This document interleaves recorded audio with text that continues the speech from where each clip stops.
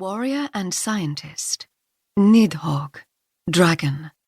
Cassandra, Grace, Ivy, the three fates of myth. Modgod, Giant. Jomic Recreus, Dwarf, Warrior and Elder. Bearer, Psychic, Soldier, works for Hell. 1. Layla Cassidy. It was meant to be an easy mission for Layla Cassidy and her team. Get into the realm of Norumbega, move her team to the prison where Mammon's frozen body was being kept, and after retrieving the body, get out again without any trouble. The mission had not gone entirely to plan.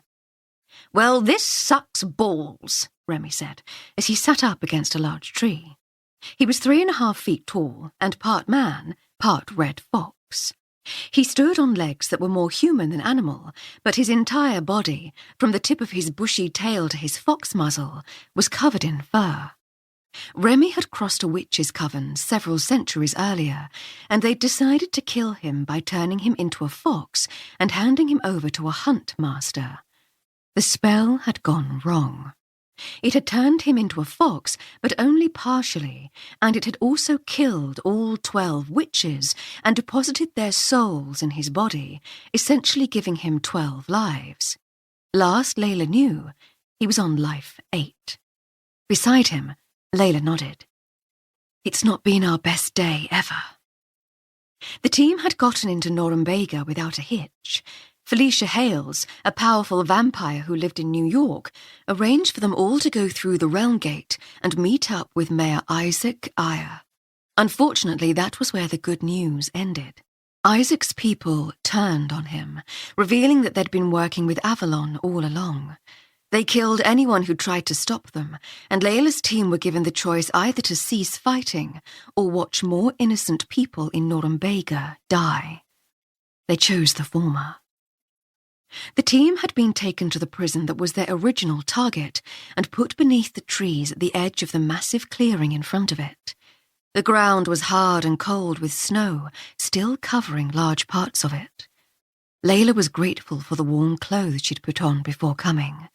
Her team wore thick jackets over their leather combat armor, with dwarven runes scribed on them. None of them were impervious to the cold, although Remy's fur probably meant he needed fewer clothes than most, but the runes on the armor meant they wouldn't freeze to death. "At least we're not tied up," Harry said. "You'd think that, considering I'm the only human here, they'd be a little more concerned with the fact that you could actually kill them." "That's why," Chloe said, pointing to 10 townspeople kneeling at the opposite side of the clearing. Each one had an Avalon soldier behind them. If any of Layla's team made a move, they would die. Harry turned toward the frightened men and women. "I didn't see them. Shit." Layla looked over at the prison and caught Zamek, one of the last remaining Norse dwarves, staring at it. "What's up?" she asked him. "They're trying to get inside," Zamek said, pointing to 6 people attempting to force the massive metal doors apart. He was shorter than Layla's own 5'4" height, although not by too much, as he was just under 5 feet tall himself, but he was broad. To Layla's mind, he was his own wall. Short, muscular, and unmovable unless he wanted to be moved. He was stronger, faster, and could heal more quickly than a human. Like all dwarves, Zamek was also an alchemist, able to alter the shape of natural matter so long as he had physical contact with whatever he wanted to change. Zamek's long brown beard was plaited with various coloured beads, and aside from a long plaited ponytail, his head was shaved.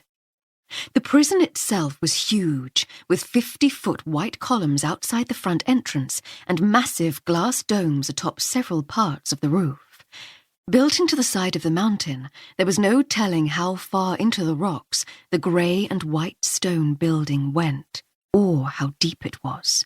"So, why are we still alive?" Mordred asked. Everyone turned to Mordred. "Seriously?" Akala replied. "That's your big wonder?" "Well, they've captured us, and we went quietly to spare more innocent blood from being spilled."